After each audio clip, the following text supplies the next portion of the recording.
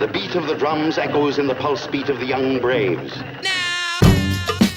Salut les joueuses, salut les joueurs, je suis Paul Gara et on se retrouve pour une nouvelle interview. Alors on est une interview en présentiel pendant le salon le festival des jeux de Vichy et je suis en compagnie d'Arnaud Charpentier. Salut Arnaud. Bonjour Paul Gara. Tu vas bien? Comment ça se passe? Oui, ça va très bien, ça se passe très bien. On est très content du salon, les présentations, tout. C'est un peu fatigant quand même, C'est épuisant. Épuisant? Oui, on dort très peu, on est tout le temps en train de présenter, de parler, on est sans cesse sollicité, mais en même temps c'est agréable parce qu'on peut présenter nos jeux. Et Donc aujourd'hui tu es le gérant de Matago? Oui. C'est gérant, c'est une SARL Matago? C'est une SAS. Une SAS, donc c'est direct, ça doit être président ou DG ou parfois c'est le statut le plus souple. Maintenant c'est président. Président, ok. On va parler un petit peu de toi avant. Ok. Comment tu as découvert le jeu de société? Est-ce que tu jouais enfant ou c'est arrivé plus tard? Non, j'ai joué depuis que je suis tout petit. À la maison, du côté de ma mère, je jouais. J'étais très souvent chez mes grands-parents maternels et famille paysanne. Donc, il y a mon arrière-grand-mère qui habitait dans la maison et je jouais tout le temps aux cartes avec mon arrière-grand-mère. Ça jouait surtout à la belote, au rami, des choses comme ça. Des jeux de cartes traditionnels, en fait. Oui. Après, avec mon père, aux échecs, etc. Forcément, au collège, j'avais la chance, club d'échecs, mais pas encore des jeux de société modernes. Ça, c'est venu plus tard. Avec les copains, c'était le jeu de rôle. C'était quoi comme jeu de rôle par lequel tu as commencé? Alors, c'était la campagne en France, donc on n'avait pas accès aux jeux. Il fallait monter à Bordeaux pour avoir des jeux. Donc, c'était l'œil noir, Pendragon. On a beaucoup joué à ces deux-là. Warhammer. Ok. Énormément. Du jeu de figurines aussi, avec mes cousins. Mais voilà, le cercle, c'était...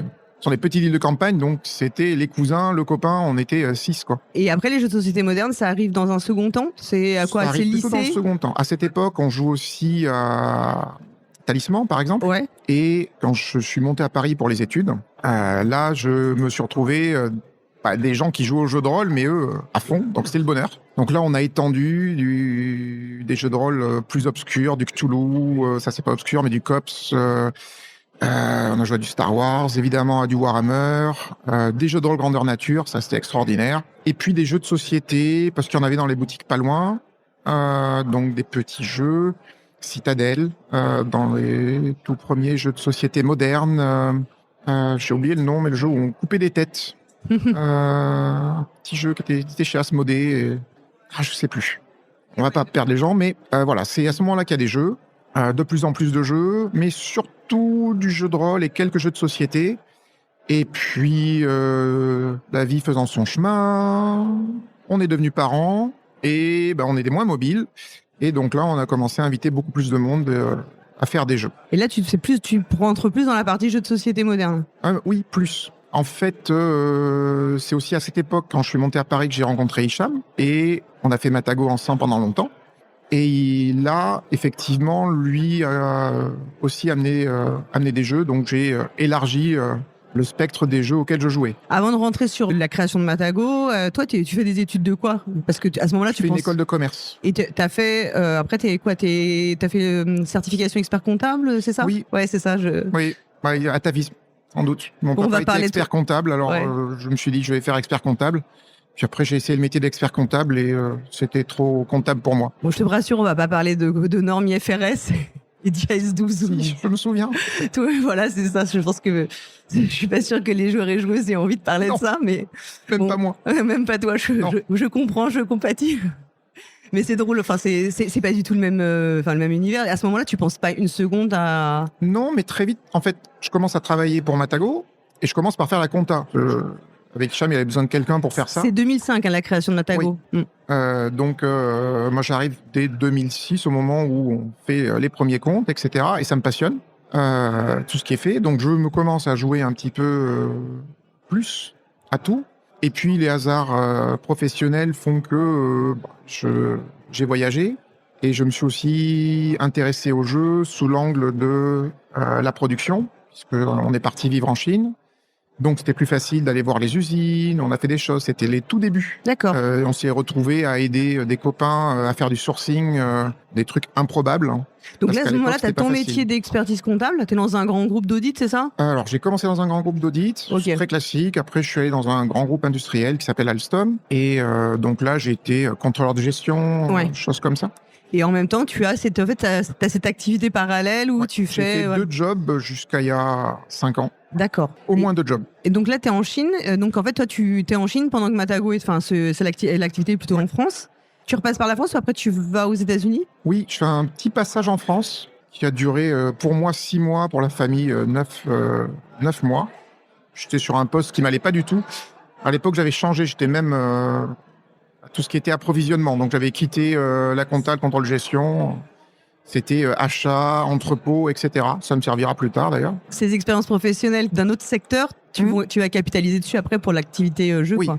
bah, ça a aidé déjà Matago parce que pendant très longtemps, c'était juste Hicham et moi le soir et les week-ends. Hein. Ouais. Quand il y a eu un premier salarié, ça devait être un mi-temps et c'était ni l'un ni l'autre. Et même quand il y a eu les premiers succès théoriques, à l'époque, on gagnait très peu d'argent sur les jeux. 5000 jeux, c'était un succès. Aujourd'hui, j'entends des gens qui vont dire que c'est un échec. Ouais. Je me souviens de mon temps. On relativise un peu, ouais. C'était pas la même. Donc oui, il fallait que ce soit géré, contrôlé, qu'on regarde est-ce que ça allait passer, les budgets, voilà. Et après, tout ce qui est effectivement production, approvisionnement, premier élément produit, design, travailler avec l'usine, c'était les pièces de bambou de Takenoko. Ok. Ça a été la première chose. Le premier prototype de ça, c'était des petits aimants entre les pièces de bambou et il y avait carrément une pousse de bambou qui était une pièce de bois qui était collée à l'intérieur du bambou. Alors c'était joli, mais ça avait 2 inconvénients. C'était pas pratique parce que les aimants c'était trop fort, donc il fallait enlever le bambou, enlever l'aimant, etc. Et ça coûtait un bras et une jambe. Ouais, j'imagine. Je m'en souviens toujours, et c'était rouge. Donc tu pars aux États-Unis toujours pour ton boulot Oui, j'ai changé de job à ce moment-là, mais je faisais toujours compta, gestion, direction financière. Et aux États-Unis, tu rencontres des gens du monde du jeu, du coup J'en rencontre encore plus. Sachant que c'était déjà moi qui m'occupais de tout ce qui était l'international. En fait, Hicham était en France à peu près seul. Je passais mes vacances sur Cannes, etc. Mais étant plus à l'aise en anglais... Oui, c'était ta langue de travail ma langue de travail de tous les jours. C'était plus moi qui étais à Essen, à la Gen Con. Et effectivement, quand on est parti aux États-Unis, là... j'ai noué encore plus de relations aux États-Unis. C'est là que tu as pu discuter avec, nouer les partenariats qu'on connaît, par exemple Stone Meyer, voilà. Leader, Keymaster, Indie. Tout ça, c'est des gens avec lesquels je jouais en convention aux US. D'accord. Bien sûr. Et du coup, ça aide pour vraiment pour Stone Meyer, on sait qu'il y a eu un premier, par exemple, Size, il y avait eu un premier éditeur français, puis après, qui s'est vautré, on peut dire ça comme ça. Et après, c'est vous qui avez récupéré... Parce que je connaissais Jamie, on a discuté un long moment sur Size, qui à l'époque avait déjà fait des chiffres qui étaient énormes pour un gros jeu. On s'est dit, on le réimprime, est-ce que ça va marcher? On avait de gros doutes. Ça s'est bien passé. Ouais. Mais on était inquiets. Gérer des partenariats comme ça, en fait, parce que vous aviez votre partie où vous faisiez vos jeux à vous, voilà. Et quand c'est vraiment, j'imagine que c'est une activité très différente. T'es un peu aussi, t'as moins de liberté. Moi, j'ai toujours entendu dire que plus Jamie Zegmeyer était pas forcément la personne toujours la plus souple. Il est extrêmement exigeant. Je connais très bien, Jamie. Il est extrêmement exigeant sur un certain nombre de choses et il est tout à fait flexible sur tout le reste. Il est toujours ouvert au dialogue, à écouter. C'est quelqu'un que j'adore. Il est d'une loyauté sans faille. C'est une personne droite, respectueuse. Mais effectivement, si c'est important pour lui, ce ne sera pas négociable parce que c'est important. Mais il n'est pas inflexible ou pas difficile. Hein. Ouais, ok, c'est quelqu'un qui t'a... en tout cas, tu as cette relation, c'est pas juste un partenariat commercial, c'est une vraie relation humaine, quoi, en fait. Oui, de toute façon, quand on est Matago et qu'on essaie d'obtenir les droits pour des super jeux, on n'a pas le chéquier de grands groupes. Ouais. Donc, si on n'a pas la relation personnelle, on l'aura pas. Donc là, tu es aux États-Unis, tu vas décider de rentrer en France à un moment? Oui, au bout de 3 ans, il est devenu clair que... c'est pas que je voulais pas rentrer en France forcément, c'est je pouvais pas rester avec mon emploi et les États-Unis étant ce qu'ils sont, Trump avait été élu en plus, je n'avais pas de carte verte, j'avais un visa de travail. Donc comme avec mon employeur on n'était plus d'accord, si mon employeur me licenciait, j'avais 2 ou 3 mois pour quitter le pays, même pas. Donc soit je retrouvais un job, pourquoi pas, soit comme j'avais déjà fait une carrière suffisante, je rentrais en France Et je me consacrais à Matago qui, entre-temps, avait pris un peu d'épaisseur et qui devait pouvoir se permettre de me payer un salaire pas mirobolant, mais Qui te convenait. qui m'allait parce que voilà, j'avais déjà fait une certaine carrière. Ouais. Un bien grand monde. Puis il y a des moments aussi dans la vie, on a envie d'autre chose en fait. Oui. On a besoin. C'était possible. Ouais. Donc voilà, on en a parlé. Je pense rentrer. Tu rentres quand en France du coup? 2018? Oui, c'est ça. 2018. Ok, et donc là tu te dis je vais me consacrer à 100%, c'est mon activité. Mais toi t'es pas sur Paris, enfin Matago était encore sur Paris à ce moment-là? Matago est encore sur Paris à ce moment-là. Moi je suis originaire du bassin d'Arcachon, je suis né sur... Voilà. Avant que ce soit à la mode, avant les petits mouchoirs, tout ça. Voilà. Donc tu vas t'installer Et je m'installe à Bordeaux. Ok. Voilà, avec ma famille. Et à ce moment-là, t'as une... comment dire, vous partagez les tâches en fait avec Hicham ou vous êtes polyvalents tous les deux? Hicham a 100% du contrôle éditorial. Moi, je peux faire des commentaires, mais c'est son domaine. Je vais gérer ce qui est plutôt production, vente, partenariat. La partie plus commerciale? Et commerce, oui. Je suis un très mauvais commercial. Donc. Vous avez aussi à ce moment-là vous montez une société de distribution? Non, j'avais monté une société de distribution. Surfing Meeple? Surfing Meeple. Enfin, j'avais monté. Non, j'avais demandé à mon papa et un ami de me trouver une solution parce qu'on n'avait plus de distribution en France. Notre distributeur historique avait été racheté. Notre distributeur de suivi avait décidé qu'il ne voulait plus travailler avec nous. On était sans distributeur. Et à l'époque, on faisait beaucoup de jeux très experts. Donc un distributeur, sans diffusion, etc., ça suffisait. Et donc j'ai demandé à mon père, qui était remis de son début de retraite et qui s'ennuyait un peu, et c'est pas bon quand on a été très actif comme lui, si ça l'intéressait de lancer cette activité, ce qu'il a fait. Donc ça vous permettait d'internaliser un peu... Mais Hicham n'avait pas souhaité s'associer dedans, donc c'était juste moi. Et donc ça vous permettait d'internaliser l'activité de distribution? Et ça nous permettait de survivre. Hein. Ouais, de survivre. Parce qu'en fait, quand tu te fais virer de ton distributeur et que les autres distributeurs te disent non, en fait, tu vends plus de jeux. Et quand tu vends plus de jeux, ça se passe assez vite, assez mal.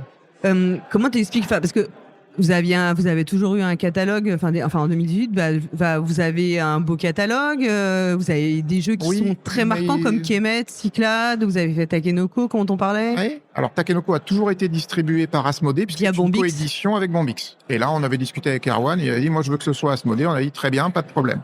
Kemet, Cyclades, c'est super, mais ça se vend pas en France. J'ai compris que c'est des jeux qui ont plus une cote d'amour très forte aux États-Unis. Oui, et de toute façon, les jeux experts en France sont de petits volumes. Ouais. Même aujourd'hui. Donc en fait, c'était pas suffisant pour qu'un autre distributeur ait envie de s'investir dans la... Rien de sérieux. Ouais. Alors, on va pas tirer sur les ambulances, mais à l'époque, je crois que la seule proposition alternative de gens motivés, c'était des gens de morning player. D'accord, ok. Voilà. Bon. Donc, en fait, il y a eu une évaluation sur place. Quelqu'un est allé voir leurs moyens logistiques et ça ne nous a pas convaincus. Donc, vous avez votre société de distribution. Voilà, on a eu une opportunité et mon père a lancé Surfing Meeple en Ariège à Lavelanet, qui est toujours le distributeur de la majorité des jeux de Matago et d'autres désormais. Et est-ce que ça vous permet aussi d'avoir une meilleure captation de la valeur, en fait, de la chaîne de valeur ou pas du tout? Non. Ça a toujours été indépendant. Une fois de plus, Hicham, il voulait pas être associé. C'était son choix. Et pour nous, c'est séparé.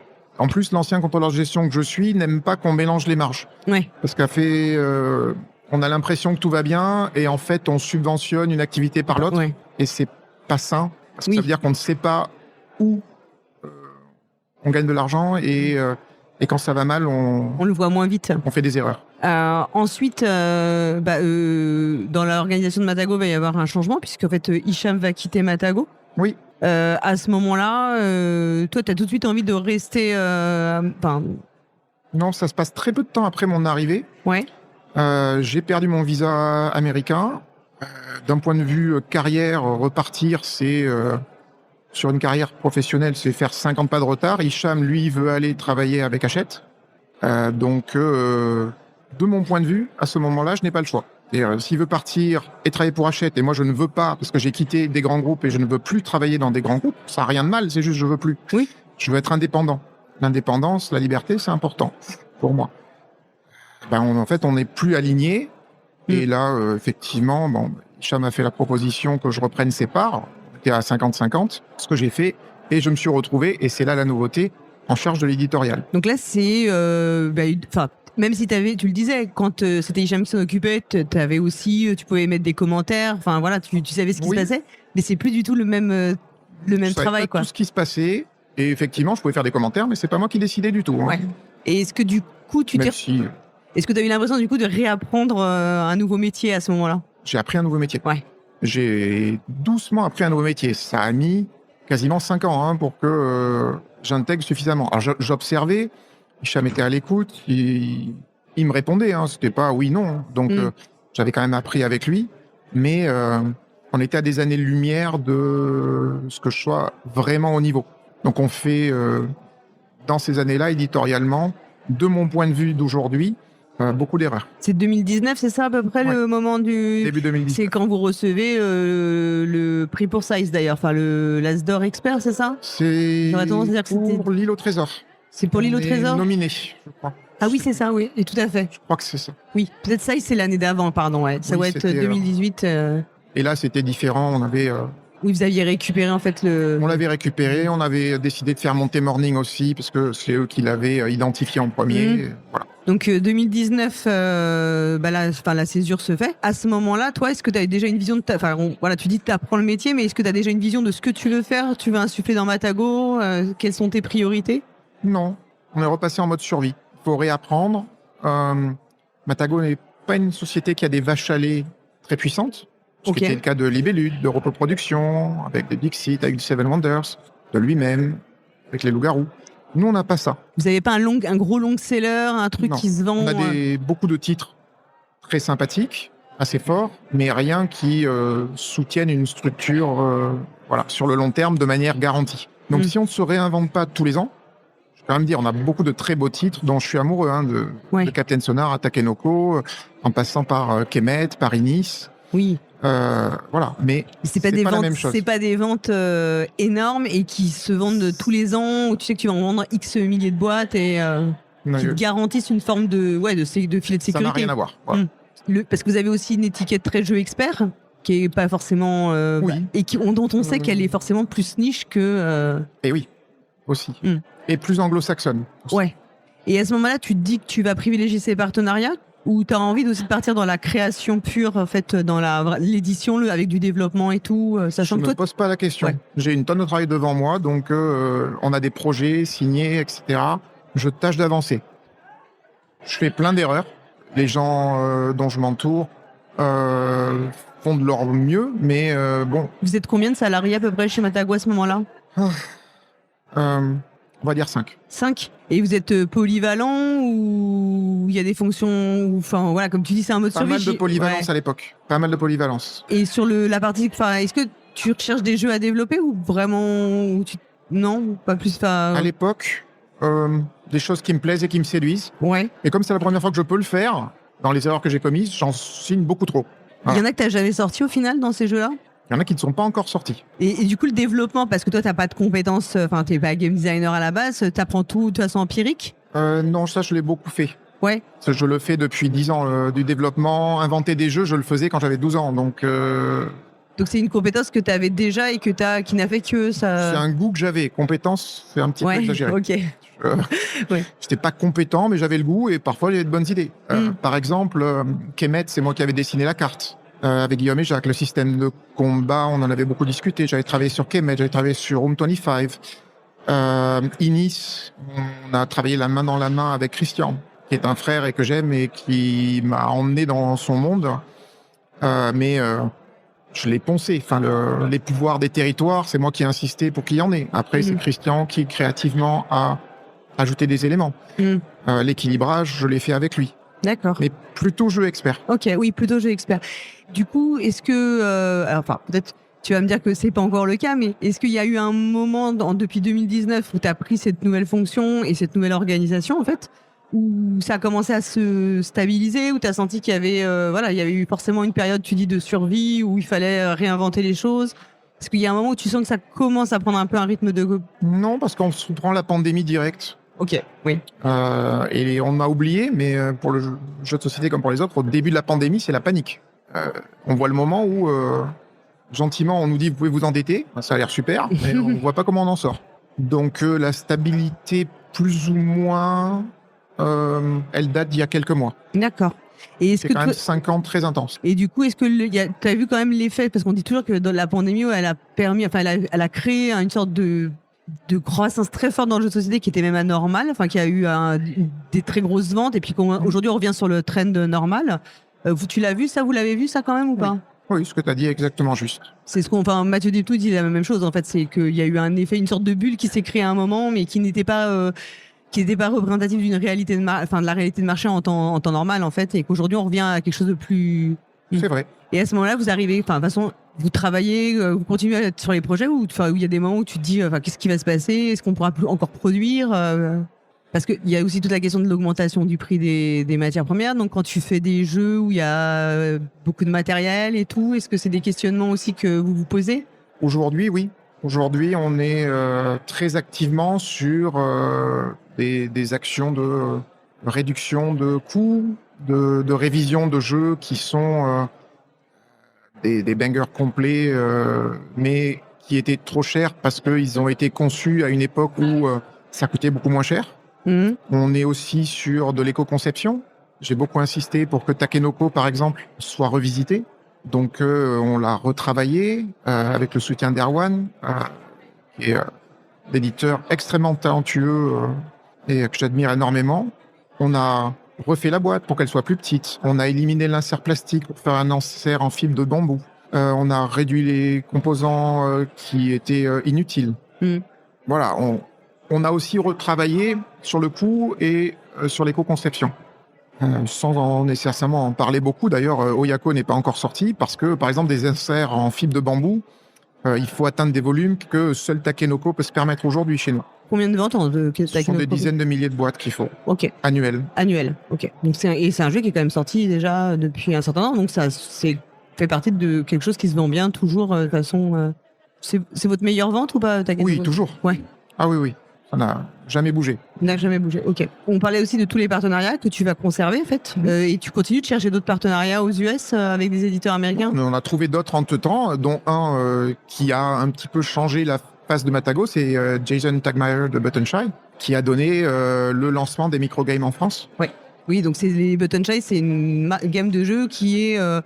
Je pense qu'au départ, ça vient d'une game jam, non? Ou enfin d'un exercice un peu. Il n'y a pas quelque chose comme ça où ils avaient dit que c'était un exercice de style, un peu de créer des jeux avec une contrainte de 18 cartes. Je ne sais plus si c'est 16 ou 18, j'arrive jamais à me souvenir, mais.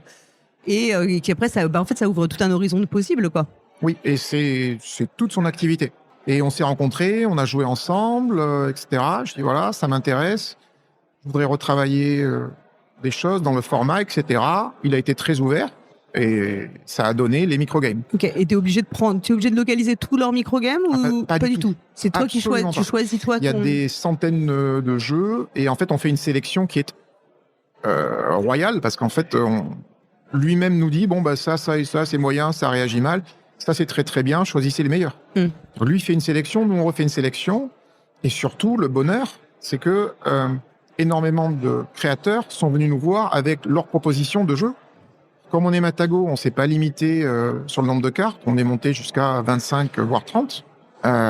Mais aujourd'hui, on a pléthore de jeux extraordinaires dans ce format-là qui nous arrivent en création de notre côté ou en traduction de Button Shy. Et vous avez la possibilité de réutiliser le concept en fait. Enfin, il y a pas de. Est-ce que tu lui présentes par exemple les jeux qui sont développés en France Je lui présente, je lui ai proposé. Il m'a dit Arnaud, c'est super, j'adore ce jeu, mais en fait j'en ai déjà tellement de mon côté que je peux pas les prendre, donc fais ce que tu veux. D'accord, très bien. Mais je lui ai évidemment proposé de multiples fois avant de les faire. En anglais, oui. C'est pas contractuel, c'est juste de la courtoisie. Ça, c'est le gros partenariat que tu as noué. Et c'est vrai que c'est aujourd'hui, les microgames sont, vraiment, la gamme, elle est très réassortie. Enfin, il y a une sortie tous les mois, c'est ça à peu près? Tous les mois. Ouais, c'est ça. Donc c'est aussi, alors c'est une toute petite pochette en fait de cartes. Oui. C'est un tout petit prix, mais c'est vrai que je pense que ça installe aussi, j'imagine que ça aussi installe la marque en fait, Matago. Ça a installé la marque et ça l'a fait découvrir à plein de monde. Ouais. On a noué, renforcé les partenariats dans les dernières années. Il y a aussi Floodgate, on a eu Kites, maintenant Fireworks. On avait commencé avec Sagrada, je me souviens, c'était une BGG Con à Dallas, où il y avait Ben qui était tout seul avec son stand. Moi, j'étais à peu près tout seul avec mon stand. Et je vois Sagrada, je suis « Waouh, c'est trop beau !» Et ça a commencé là, mais ça s'est renforcé récemment avec Kite, par exemple. Quand on localise les jeux, tu l'as dit, il y a un travail de traduction. On sait que la traduction, c'est quelque chose qui a parfois été remonté comme posant des difficultés avec des erreurs de traduction, il y a eu même des événements un peu rocambolesques avec, je pense à l'histoire de Hoth avec les fichiers, enfin, il y avait toute une histoire. Oui. Ouais. Et là, on sait que la communauté, en plus c'est des jeux où il y a souvent la communauté est très impliquée. Je pense aux jeux de Cole Wehrle, il y a la communauté est très impliquée et ça a créé des tensions en fait parfois sur les réseaux. Est-ce que tu peux expliquer en fait tout ce que c'est de traduire un jeu, les contraintes et aussi expliquer ce qui a pu se passer quoi, jusqu'au. Oui, alors sur Hoth effectivement, on a subi un double problème. On a subi un problème bonus qui est que à un moment on a eu un crash de serveur. Les sauvegardes mal faites, etc. Bref, on a perdu, donc il a fallu refaire. C'est pas très grave, mais ça a rajouté de la tension à l'équipe qui fait la traduction. Sur cette gamme-là, c'est d'ailleurs assez amusant, parce qu'on a quand même Root, qui est le jeu. D'ailleurs, Patrick Leder fait partie des partenaires clés. Pareil que j'adore, toujours content de se retrouver et de jouer ensemble. Quand on a fait Root, on a fait le jeu, on a intégré l'extension, on a tout mis dans une grande boîte, on l'a mis moins cher, et en fait, la France est le seul pays qui ait cette boîte de route. Ok. Faut quand même voir ça. Et c'est moins cher que partout dans le monde.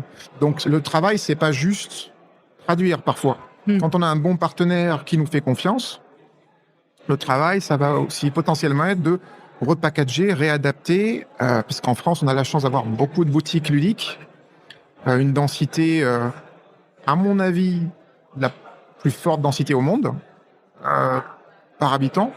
Et donc, on a aussi de la réinvention de boîtes. Quand on a fait Extinction, par exemple, idem, on a rajouté du contenu qui était du contenu bonus, qui n'était pas dans le jeu. Donc, c'est pas toujours qu'une traduction.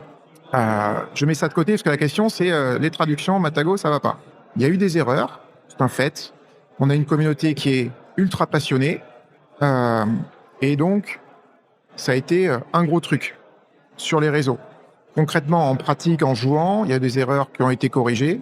Effectivement, Hoth en a eu plus que ce qu'il fallait. Au final, tout a été corrigé, sauf ce qui était sur le plateau, qui était marginal et qui supposait qu'on brûle des tonnes de plateaux pour rien, ce qui écologiquement me posait un souci. Mais le travail, effectivement, est très compliqué et très coûteux. Quand j'ai commencé il y a presque 20 ans, on faisait les traductions, je faisais les traductions moi-même, où c'était des copains qui faisaient ça parce que ça les éclatait et c'était une boîte. Aujourd'hui, on a un traducteur, un metteur en page vraiment professionnel, un relecteur, et parce que le milieu a évolué, et c'est très bien, tout le monde est payé, et ça coûte très cher.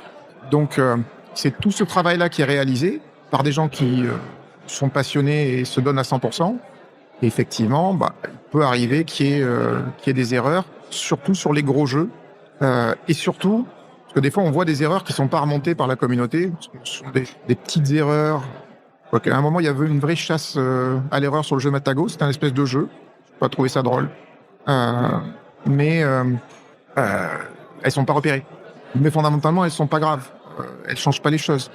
Il y a des choses sur les traductions aussi, les gens se rendent pas compte, mais c'est un jeu de PSC Games sur Blitzkrieg. Le mode solo de Blitzkrieg en anglais ne fonctionne pas. Je l'ai réécrit. Je l'ai fini d'ailleurs. Parce qu'en fait, ce qu'il y avait écrit dans la règle en anglais, ça marchait pas. Parce que là, j'avais fait la traduction, parce que c'était en pleine pandémie, et j'adorais le jeu, et j'avais envie de me faire plaisir et de le faire.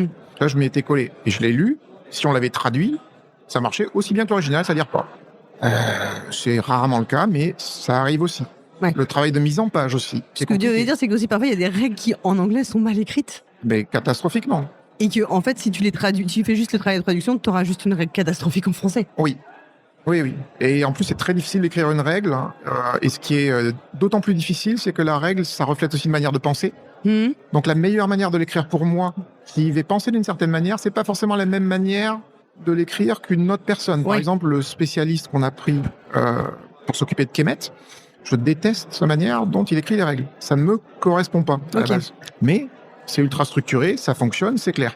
Bon, bah, je le vis assez bien, hein, mais si c'était pour moi, je ne le ferais pas de la même manière. La plupart du temps, ce n'est pas le cas. Quand il y a des erreurs, il faut aussi voir qu'il y a parfois des erreurs parce que la manière dont les fichiers fonctionnent, c'est pas du Word. Oui. Et parfois... Oui, c'est pas genre je partage un Google Doc, quoi. Et non, et du coup, parfois, on va même générer le fichier à partir du fichier de travail. Le fichier qui va arriver à l'usine, on peut avoir généré une erreur à ce moment-là. Quand l'usine le renvoie en l'ayant mis au format de sa machine pour l'imprimer, ils peuvent aussi avoir régénéré une erreur en utilisant un vieux calque ou en ayant utilisé un vieux fichier qu'on leur avait envoyé pour une évaluation. Ok. Donc, il y a plein de risques. Ouais. Bon, à la fin, on reçoit une copie. Là, on la vérifie. On tâche de vérifier qu'il n'y a pas de souci nulle part. Voilà. Généralement, ça se passe bien. Sur les jeux experts, on a la double punition de plus de chances de se planter et plus de chances que ça agace des joueurs exigeants qui traquent un peu aussi. disent que ça doit être parfait. Ouais. Et je leur en veux pas. Ils ont bien le droit de dire que ça doit être parfait. C'est juste que c'est très difficile et très coûteux. On va parler aussi des nouveautés à venir pour Matago, en fait. Oui. Parce qu'on en a parlé un petit peu en off. Il y a des changements. Enfin, toi, tu vas insuffler des changements par rapport à ce qu'était la ligne éditoriale ou Effectivement. Enfin, en fait, on va avoir une ligne éditoriale. Parce que historiquement, on était plutôt sur l'idée qu'il n'y avait pas de ligne éditoriale. On faisait juste des jeux qui nous plaisaient. Ok. Ce qui est déjà une bonne ligne éditoriale, en vrai. Ce qui est sympa, mais qui n'est pas une ligne éditoriale, en fait. Ouais. Parce que ça veut dire que le logo ne représente pas grand-chose. Ou alors ça fonctionne si on est Jamie Stegmaier et qu'on incarne tous ces jeux. Et donc la ligne éditoriale, c'est le goût de Jamie. Et ça fonctionne. Par exemple, tu penses à un Libellude qui a une ligne éditoriale assez claire, avec beaucoup de jeux à communication. Impulsé par son fondateur et qui maintenant peut être continué. Avec beaucoup de jeux de communication par l'image, c'est un peu leur spécialité. Et c'est vrai que quand on regarde tous les jeux sortis par Libellude, par exemple, on retrouve une sorte de fil conducteur même dans les créations. Absolument. Et ça correspond au goût du directeur éditorial. Et ça peut exister. Pour nous, on va dire, en allant du jeu enfant jusqu'à Galactique Renaissance, on pouvait pas faire plus grand écart. Et voilà, c'était pas possible. Étant donné que économiquement, comme les gros jeux, vraiment gros jeux, pas les jeux initiés jusqu'à Wormspan, tout va bien. Les gros jeux se vendent plutôt en petite quantité, sauf exception qui arrive tous les 10 ans. Coûte très cher à traduire et en plus était et une fois de plus à juste titre critiqué par des joueurs très exigeants sur toutes les petites erreurs, ce qui était très mal vécu par les équipes. Nous arrêtons les jeux experts. On va continuer nous de jouer à des jeux experts, mais il y aura plus de jeux experts estampillés Matago dans le futur. Donc tous les partenariats que tu as sur des jeux experts comme vont nous servir à continuer à faire ces jeux-là, mais sans Matago. Donc c'est une création d'une nouvelle marque, d'une nouvelle entité, Non, il y a des partenaires qui ont été identifiés pour chaque jeu, pour travailler avec eux, pour identifier ces gammes, pour travailler. Et après, le travail de traduction se fera. Par exemple, on peut dire les jeux leader, c'était déjà le cas, même si tout le monde n'a pas noté. House est bien marqué leader. On a aidé, on amène ça, mais c'est marqué leader. Ce sera aussi le cas de l'incroyable Arx, auquel j'ai joué il y a encore 2 semaines, phénoménal, et qui sera aussi estampillé leader. Et puis les prochains prints, en gardant le format et le travail de Matago, de route, qui reste exceptionnel et qui seront aussi marqués leader. Du coup, tu dis c'est plus des jeux Matago, mais c'est quoi? Tu t'as vendu tes droits? Enfin, tu signes dans le droit, c'est un partenariat? On a des partenariats. Ok. Mais du coup, vous intervenez encore dessus ou plus du tout? Enfin, est-ce qu'il y a d'autres jeux? Au cas par cas. Au cas par cas, d'accord. En tout cas, il n'y aura plus de développement interne de jeux... Il n'y aura plus de développement interne de gros jeux experts par Matago. Moi, qui adore ça, je continuerai à faire ça comme loisir. Et les partenaires, tu les as trouvés comment? En fait, vraiment pour chaque type de jeu, tu as été... Partout dans le monde, en fait, on a une longue liste de partenaires. Il y a les plus connus qu'on a pu citer, mais on a plein d'autres. Voilà, Colossal Games qui a fait Western Legends, qui d'ailleurs à l'origine était un jeu Matago. Oui, tout à fait. Et la première partie de développement sur Western Legends, je l'ai fait personnellement avec Hervé. Oui. Et après, c'est parti aux États-Unis. D'accord. Et en fait, ils sont très bons pour faire ça. Et voilà. Donc plus de jeux experts estampillés Matago, donc tous ces jeux-là qu'on avait nous vu sortir il y a quelques années avec votre logo dans votre boîtage, avec assez identifiable d'ailleurs, hein, Oui. c'est terminé. Oui. Parce que là c'est vraiment un problème, tu dis de coût, En fait, de volume de vente. c'est en 3 parties. Économiquement, c'est très difficile. Donc je l'ai beaucoup fait parce que j'aime ces jeux, j'ai envie qu'ils soient diffusés. Deuxièmement, en termes de ligne éditoriale, ça brouille. Parce que ceux qui aiment tel jeu, ils vont dire Matago c'est ça, mais ceux qui connaissent les microgames, ils vont dire c'est si. Et à la fin, on sait plus ce que ça représente. Donc on complique la vie des gens pour rien. Et troisièmement, effectivement, il y a un moment, le battage fait que j'ai des gens dans les équipes qui sont angoissés à l'idée que le jeu sorte et qu'ils aient loupé quelque chose. J'ai pas envie qu'ils soient la boule au ventre à une sortie. Parce qu'ils sont pas là pour souffrir, en fait. On est là pour travailler, s'amuser parfois, mais pas pour ça, quoi. Donc il y a une forme aussi de protection. Donc en fait, ça ne faisait plus aucun sens d'insister, puisqu'il y avait plus... à un moment, il y avait une reconnaissance d'amener ces jeux-là. Donc ça valait quelque chose. Quand ça s'est inversé, on s'est dit, oui, il y a des erreurs. Puis quand on a en plus regardé les chiffres, on a fait, waouh, c'est difficile, et on prend des plombs. Oui. Bon, ça me paraît pas être une bonne idée de continuer à travailler dur pour se prendre des plombs. En fait, on arrive au constat qu'il y a plus il y a plus de désavantages que de bénéfices à... Nous, on va continuer de jouer, en fait. Ouais, voilà. J'ai joué à Hoss en français et en anglais. J'ai joué à Arx en anglais, là, puisqu'il n'y a pas de traduction qui existe. Mais on aide, c'est coordonné avec une communauté de gens passionnés qui sont super. Et on espère qu'il n'y aura aucune erreur. Mais sur un monstre de cette taille-là, c'est comme House. Ne pas commettre d'erreur, c'est pas réaliste. Moi, je suis un lecteur passionné de bande dessinée, mais dans des grands éditeurs, qui sont des grandes maisons, qui ont des moyens énormes, 1000 fois plus importants que les nôtres. On voit des fautes de français, des fautes de frappe, des erreurs d'impression. Et si eux, à leur échelle, font des erreurs... nous, évidemment, on va en faire. Ça ne veut pas dire que c'est illégitime de critiquer. C'est légitime. C'est juste pas très intelligent d'insister, pour nous. Je ne vois pas pourquoi j'imposerais quelque chose de négatif aux équipes. Oui. Alors que c'était du bonheur au début. Du coup, donc, c'est un recentrage sur des jeux plus familiaux. Alors, et les microgames de l'enfant jusqu'à Wyrmspan, on va dire. Donc c'est encore large. Ouais. Oui, ça offre beaucoup de possibilités. Voilà, on va sortir le plus core uniquement. Même si, j'adore. Il y a Civolution qui va sortir de Stefan Feld. C'est une bombe. À 2, si t'es bien motivé, c'est plié en 1h30, 2 heures, quoi. La première partie que j'ai faite a duré 8 heures. C'est du bonheur. Je m'éclate. Mais voilà, ce sera pas sous un logo Matago avec tout ce que ça implique. Et du coup, ça veut dire aussi que vous allez consacrer plus de temps de développement à des jeux développés en interne, plus familiaux. Non, c'est parce que là, vous avez des sorties, notamment, vous avez déjà, il va falloir passer tout ce qui est de l'ordre des engagements passés. Et ça c'est important. Et pour la suite, il n'y aura pas plus de développement. C'est déjà poussé aussi loin qu'il est nécessaire. On a Kyoto no Neko qui est... un jeu de Cédric Millet. Pour moi, une tuerie de jeu familial qui est un jeu...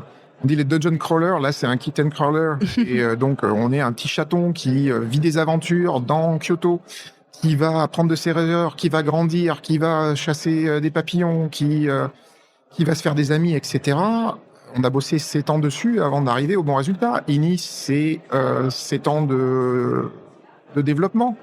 On peut pas faire plus de développement. Oui. C'est déjà énorme, c'est déjà énormément de temps.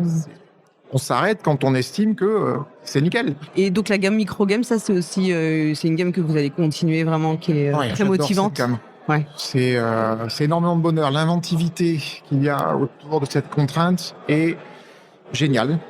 En fait, souvent on dit que de la contrainte, ça naît la créativité finalement, parce que c'est une théorie qu'il y avait dans le théâtre classique. Hein. Oui, tout à fait. Cette contrainte crée une richesse extraordinaire, et en fait, on a tout le temps des choses qui me scotchent. Alors moi, j'adore les jeux solo, entre autres. J'aime beaucoup de jeux. Oui. Mais là, on aura, dans les mois à venir, le 8 Kick Rock, par exemple.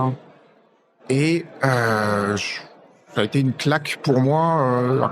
J'étais tout le temps sur l'île des prédateurs. De Scott Helms, qui est très bien, qui est sûrement un des meilleurs. Ouais, c'est un génie, cet homme, et il est adorable. Autant d'humilité dans autant de génie, c'est incroyable. On travaille sur un projet pour l'année prochaine avec Scott, et bosser avec Scott, c'est le bonheur. Ce sera le jeu des scènes de Matago l'année prochaine. Là, t'en as un qui sort avec Bruno Feduti. Oui. Six suspects. Pour Essen, c'est ça? Tout à fait. Et pareil, ça c'est top. En fait, on a tellement de très très bons projets que c'est impossible de s'arrêter, mais on s'astreint à ce qu'il n'y ait qu'un seul jeu par mois. Ouais. Ce qui fait que là, on doit être plein jusqu'à fin 2025 de jeux qu'on a finis, qui sont super. Ukiyo, Tsuzuki Market, qui sortiront l'année prochaine, qui seront des éditions Matago. Tsuzuki Market, ça nous arrive d'Italie, Ukiyo d'Angleterre, et le Wiki Croc, par exemple, qui est un button shy, un jeu solo qui se joue juste les cartes en main, et sur lequel, une fois qu'on a réussi à le battre, on regarde, on dit « Ah, maintenant, il faudrait réussir à le battre, mais avec les autres cartes pour finir. » C'est top. C'est qui l'auteur? C'est un auteur qu'on connaît ou? Non, pardon, j'avais oublié le nom, ce qui est un peu compliqué. Ok, pas de souci. Mais c'est ça qui est génial aussi. Le roi des ribots, qui nous est arrivé, on a vu ces 4 cartes qui bougeaient une fois à droite, une fois à gauche. Là, Erwan, waouh, mais c'est trop bien. Double, triple guessing, on est tombé amoureux, et c'est arrivé de nulle part. Western Legends, c'est pareil. C'est aussi Erwan. C'est trop sympa, cette lutte sur les différents lieux, etc. Et donc voilà, il y a une inventivité incroyable. Et on a la chance de recevoir énormément de projets de qualité. Donc on est super exigeant et on s'éclate à faire ça. Et toi, tu as déjà eu envie d'en créer un ou pas du tout? Quand tu disais que tu aimais bien aussi... tu aurais eu envie de créer un button chef, un micro games? J'ai même essayé. Hier, j'ai eu une idée d'ailleurs. Je le dessine, mais ce serait plus format nano, en l'occurrence, plutôt que microgame. Mais oui, c'est une contrainte qui est intéressante. Après, j'ai pas vraiment le temps de faire du game design, mais j'ai quand même un projet avec un co-auteur anglais sur lequel on bosse, et présenterai un éditeur à Essen. C'est pas rigolo. On a parlé donc de Kyoto no Neko. On a parlé de 6 suspects que tu présentes à Essen, je crois. Il y a quoi d'autre comme sortie prochaine de Matago? Alors, d'ici la fin de l'année, on a Gangs of Kyoto aussi. Je suis pas toujours très au top du calendrier. Donc, c'est le même univers que Kyoto no Neko. C'est toujours le très talentueux Jérémy Fleury qui est au pinceau. Et on a fait une reprise de Danger 13 de Rudiger Dorn, qu'on a légèrement retravaillé avec Rudiger pour enlever les risques d'allongement de partie. Voilà. Donc on joue un gang de chats, et c'est trop cool. C'est un jeu de chats, donc ils sont un peu méchants quand même. Voilà, et on se refile les cartes au fur et à mesure que on rentre dans la ville. Le but étant de ne pas arriver à 13 points et de devoir rentrer et de collecter les clochettes, comme dans Kyoto no Neko. Voilà. Pour Matago, ce sont les 2 jeux là de fin d'année sur lesquels on a travaillé à Bordeaux. Et j'ai vu aussi Galactic Renaissance de Christian Martinez. Galactic Renaissance, alors c'est marrant, pour moi c'est déjà l'histoire ancienne. Oui. C'est le dernier bébé de notre collaboration avec Christian. C'est le 2e jeu, puisqu'on en a un 3e en tête, qu'on appelle la trilogie politique, donc après Inis. Inis qui est... d'ailleurs c'est emblématique. Inis est un carton à l'international dans son domaine. Oui. Et en France, ce sont des ventes anémiques, sauf que toutes les personnes qui y ont joué disent c'est formidable. Oui. Comme aux États-Unis, comme en Angleterre, comme partout dans le monde. Mais on en vend très peu. Je suis pas sûr qu'on en fasse quelques centaines par an, alors que c'est un bijou, c'est français, et on sera jamais prophète dans notre pays, quoi. Voilà. Donc Galactic Renaissance, c'est la suite. Là où on avait du draft dans Inis, on a du deck building. Et comme j'adore les deck building, parce que Ion Zen, c'est aussi moi qui ai fait on mélange pas les cartes. Voilà. Non seulement on mélange pas les cartes, mais en plus on a une caractéristique à ce jeu que j'adore, qui est que toutes les cartes que j'ajoute à mon deck, en fait, ne le font pas grossir. Voilà. C'est-à-dire que quand je les pioche, que je les ai en main. Si je ne veux pas les jouer, je peux juste la défausser pour piocher la suivante. Donc fondamentalement, elles vont jamais rester bloquées dans ma main où j'aurais pas envie de les jouer. Si je veux pas les jouer, je les bouge. Voilà. Et c'est un jeu de placement, c'est un jeu de négociation politique avec ses voisins, d'anticipation, de gestion de cycle, puisqu'on va marquer tous les cycles où on joue le sénateur. C'est un bijou. Maintenant, je l'aime encore plus qu'Inis, et Dieu sait que j'ai fait des centaines et des centaines de parties d'Inis. Et effectivement, ça sort en fin d'année. C'est le dernier gros jeu qui sera estampillé purement Matago. Pour la suite, tous ces gros jeux, Inis, Kemet, ils vont pas s'arrêter, mais ce sera en partenariat avec Colossal, qui travaille d'ailleurs sur la Big Box de Kemet et la deuxième extension Nemeton, qu'on espère pour milieu d'année prochaine. Est-ce que tu veux ajouter autre chose ou pour toi on a fait un bon tour d'horizon? Merci. Bah écoute, merci beaucoup à toi. Merci. Et voilà. Ouais, ça m'a fait très plaisir qu'on puisse discuter. En plus, c'est vrai qu'on on avait. Enfin, moi, je t'avais déjà sollicité il y a longtemps. Oui, j'étais trop dans le jus. Ouais, voilà. Et maintenant, là, ça va beaucoup mieux. Je suis beaucoup plus serein et pourquoi pas. Très bien. Bah, mais écoute, moi, je te dis bonne chance pour tous cette nouvelle direction, en tout cas. Merci, Paul Gara. Merci à toi et merci aux auditeurs et auditrices. Salut. Au revoir.